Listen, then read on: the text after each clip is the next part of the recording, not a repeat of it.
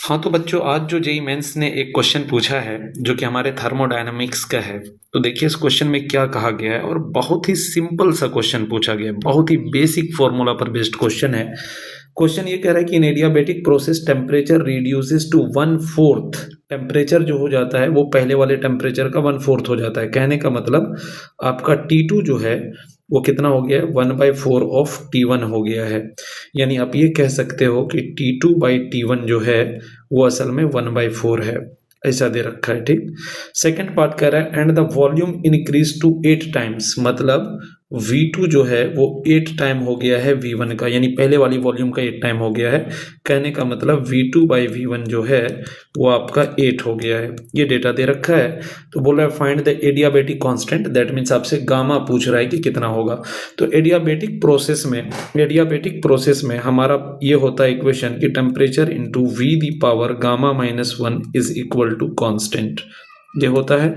यानी अपन ये कह सकते हैं कि T1/T2 इज इक्वल टू लिखा जा सकता है, क्योंकि ये दोनों एक तरह से आपको इन्वर्स जैसा कुछ दिख रहा होगा, इन्वर्सली जैसा।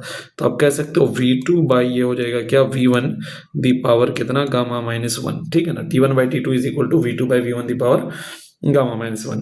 तो T1/T2 अगर आप देखो तो यहाँ पर T2/T1 आपको 1/4 है, तो T1/T2 को आप 4 लिख सकते हो, ठीक है। 4 इज इक्वल टू V2/V1 अपना 8 है, तो 8 दी पावर आप गामा -1 लिख सकते हो।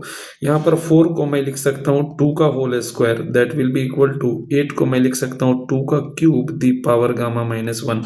अब मैं इसको लिख सकता हूँ 2 का square is equal to 2 the power, ये हो जाएगा 3 गामा -3। मैं पावर बेस से मैं पावर को इक्वेट कर देता हूँ, तो we can say 3 gamma -3 is equal to 2, यानी 3 गामा इज इक्वल टू 5, यानी गामा इज इक्वल टू 5/3 हो जाएगा, ठीक है। तो गामा इज इक्वल टू 5/3, मतलब ऑप्शन 2 जो है हमारा वो करेक्ट हो जाएगा। देखिए अब आज का जो मैं खास करके पेपर देखा हूँ फर्स्ट शिफ्ट का, इस पेपर में मुझे, हालांकि मैं चूंकि एक वीडियो में मैं एक ही क्वेश्चन डाल रहा हूँ, तो मैं सारे क्वेश्चन मैं नहीं ला सकता, और यूट्यूब की पॉलिसी है कि मैं 3 से ज़्यादा वीडियो भी नहीं डाल सकता इस पर। तो मैंने जितने भी क्वेश्चन देखे वो सारे के सारे क्वेश्चन मुझे मतलब 10 से 12-15 क्वेश्चन ऐसा था कि जो कह सकते हैं कि इजी लेवल के थे, जो बहुत ही इजी लेवल, अगर बच्चे को फॉर्मूला याद है तो आराम से वो क्वेश्चन को सॉल्व किया जा सकता है। 12 से 15 क्वेश्चन ऐसे मुझे दिखाई दिया।